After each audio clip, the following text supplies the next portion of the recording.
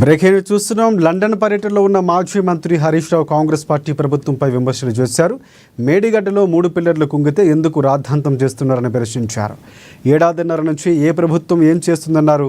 వానాకాలంలో కరెంటు డిమాండే ఉండదు, ఆ సమయంలో బాహుబలి మోటార్లతో నీటిని ఎత్తిపోవచ్చని కూడా తెలిపారు. హైడ్రా వల్ల హైదరాబాద్లో రియల్ ఎస్టేట్ కుప్పకూడిందన్నారు ఆయన. అందుకు ఎన్ఆర్ఐలు పెట్టుబడులు పెట్టడం లేదని కూడా తెలిపారు. తెలంగాణలో ఎప్పుడు ఎన్నికలు వచ్చినా బీఆర్ఎస్దే విజయం అని కూడా తెలిపారు. కమిషన్లు, ఎంక్వైరీలంటూ కాలం గడుపుతున్నారని, పని చేయకుండా గోబెల్స్ ప్రచారం చేస్తున్నారంటూ మాజీ మంత్రి హరీష్ రావు విమర్శించారు. రేవంత్ పాలన చూశాకే ప్రజలకు కేసీఆర్ విలువ తెలిసిందన్నారు ఆయన. కాంగ్రెస్ పాలనలో తెలంగాణ వెనక్కిపోతుందని మాజీ మంత్రి హరీష్ రావు కాంగ్రెస్పై మండిపడ్డారు.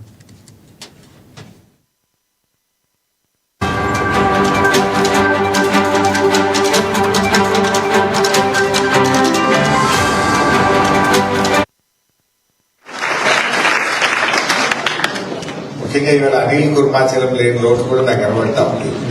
అనిల్ 2012లో నేను 13లో వచ్చినప్పుడు అప్పుడు ఐ థింక్ ఫస్ట్ మీటింగ్ నాతోనే అనిల్ ఏర్పాటు చేసినారు.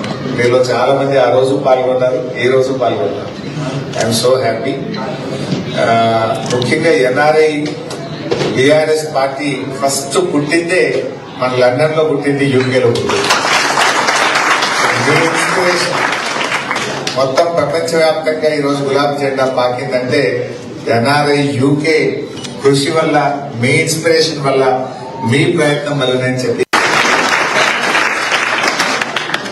ముఖ్యంగా ఇవాళ అనిల్ కుర్మాచలం లేని రోడ్డు కూడా నాకు కనబడతా ఉంది. అనిల్ 2012లో నేను 13లో వచ్చినప్పుడు అప్పుడు ఐ థింక్ ఫస్ట్ మీటింగ్ నాతోనే అనిల్ ఏర్పాటు చేసినారు. మీలో చాలా మంది ఆ రోజు పాల్గొన్నారు, ఈ రోజు పాల్గొన్నారు.